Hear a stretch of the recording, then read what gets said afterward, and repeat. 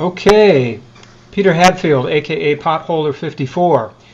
You have had an ongoing conversation with Anthony Watts and Lord Christopher Monckton. Can you tell us what the situation with that is? Well, I'll give you a bit of background first because I had done a series of 5 videos on Christopher Monckton. It was started with a challenge from his supporters to say, bet you can't, cope with this, and it wasn't my choice. It was them who came to me and they said, "I'll believe you when you can debunk Christopher Monckton." So I thought, okay, well, let's take a look. He'd done various speeches, which I watched, and I just kept noting down the various sources, and then I emailed him asking for sources that he hadn't given in the speeches, which he gave me, and I just checked the sources. And I found error after error. I found he's misquoted them, misrepresented them, and I originally intended to do a video on him, and there were just so many errors and so many misquotes that eventually it turned into 5. It could have actually gone into 8 because I had so much material. I just gave up because I just had enough. So Life I is had to short. draw the Yeah. 5. And he then, strangely enough, responded. Now, he could have responded on my channel. It's an open channel, but he decided to respond on What's Up with that, which, of course, is a medium he's more familiar with and more comfortable with. And he didn't actually respond to the videos. He didn't watch the videos. He responded to a summary of the videos that had been made by someone in the comments forum on What's Up with that. And I then contacted Anthony Watts and asked if I could have a rebuttal. Now, he sort of hedged a bit, but said yes, but first he wanted Monckton to have another go. I'm not sure why, but I said, okay, I'm fine with that. And this time Monckton actually had the opportunity to watch my videos and rebut them directly. But he chose instead to make some very vague allegations about what I had said, which turned out actually to be not very accurate. He didn't look at any of the detail or any of the facts, and it was mostly an ad hominem attack on me, and it was an attack on my integrity and my honesty. So I then asked Anthony Watts if I could have a rebuttal, and then there was a bit of toing and froing, but he was very decent about it, and I have to say all credit to him. He gave me 2,500 words to rebut, which I did, and then I came back with a lot of detail, a lot of sources, and then Christopher Monckton promised to respond, which I obviously expected him to do. And we waited and waited, and then finally there was no response, and I emailed Anthony to find out what had happened. Then I emailed Monckton, and Monckton came back to say, well, actually, I'm too busy to further respond. This, I think, is complete nonsense. He's certainly not too busy to be doing other responses to newsletters and classrooms of kids who really don't have the kind of audience pull that my channel does or that What's Up with that does. We're talking to hundreds of thousands of people here who are waiting for his response, and effectively he's just done a bump. He's decided to vacate the chair in the middle of a debate. Well, why do you suppose that is? Why would he fail to respond like that? I think when he started out, he thought this would have been it would have been a pushover, because the accusations or the allegations that were put on the What's Up with that comments forum were very vague. They didn't go into any kind of the detail that I had gone into in my videos. They didn't have any sources of reference or anything like that. And again, when he was trying to respond to the videos without really watching them properly, he was just responding to what he thought I was saying or what he half remembered that I was saying. But when I came back with lots of detail and lots of actual quotes and lots of references and video clips which quoted him saying what he denied saying, I think he realized that this was just getting a bit too hot for him. And the easiest thing is to remain silent and hope it'll go away. And since I pestered him for a response, the easiest thing ended to say, well, I'm just too busy. So today you posted yet another video. It's an open letter to Lord Monckton, and you you basically called him out on just what you're describing here.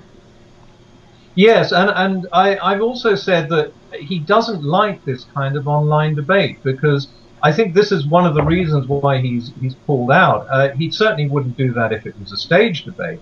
And the reasons are very clear.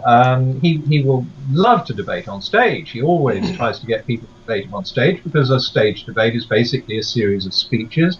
You can say whatever you like. You can pull facts out of a hat. You don't have to name your sources.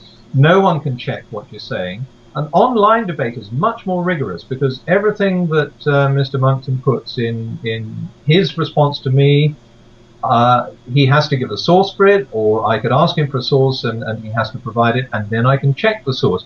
And it's checking his sources and finding the discrepancy between what he says and what the source says that eventually just catches him out.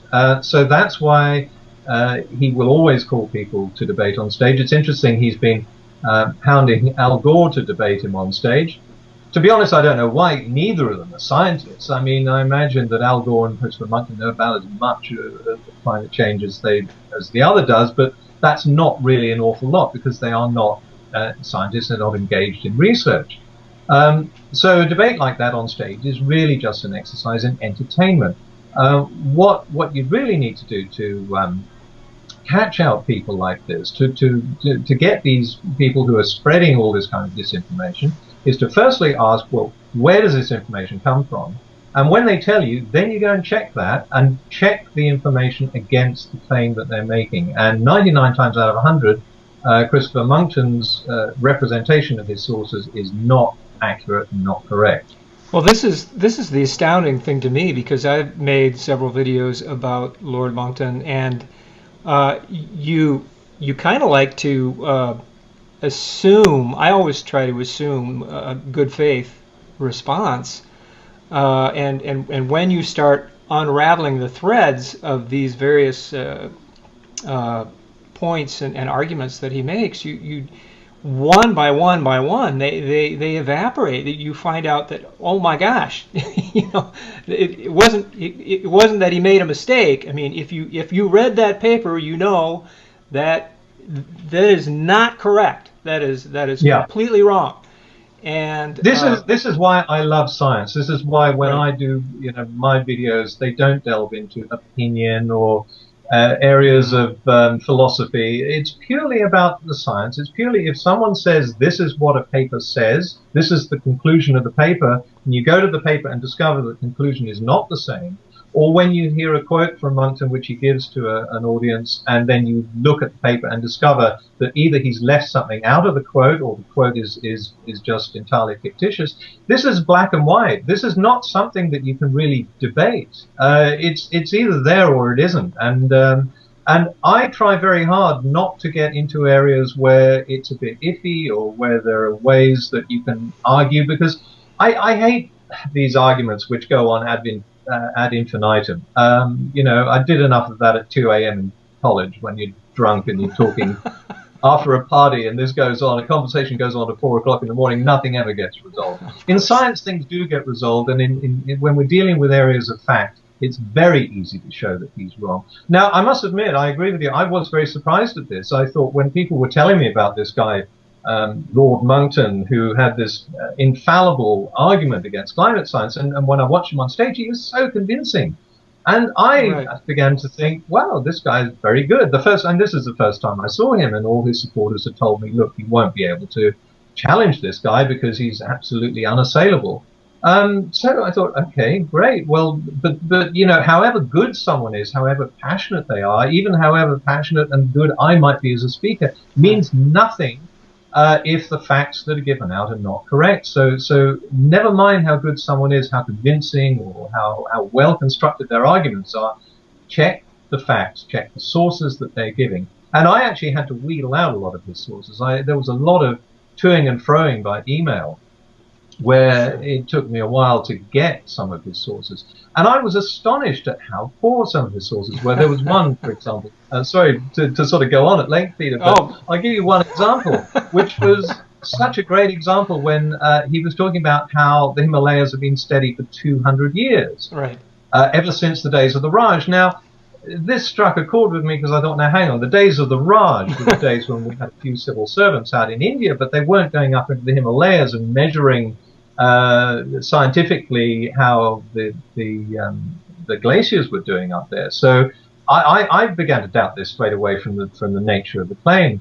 And so when I checked and asked him for his source on that, he said, my source is Dr. I think it was N. Butt, or Dr. Butt.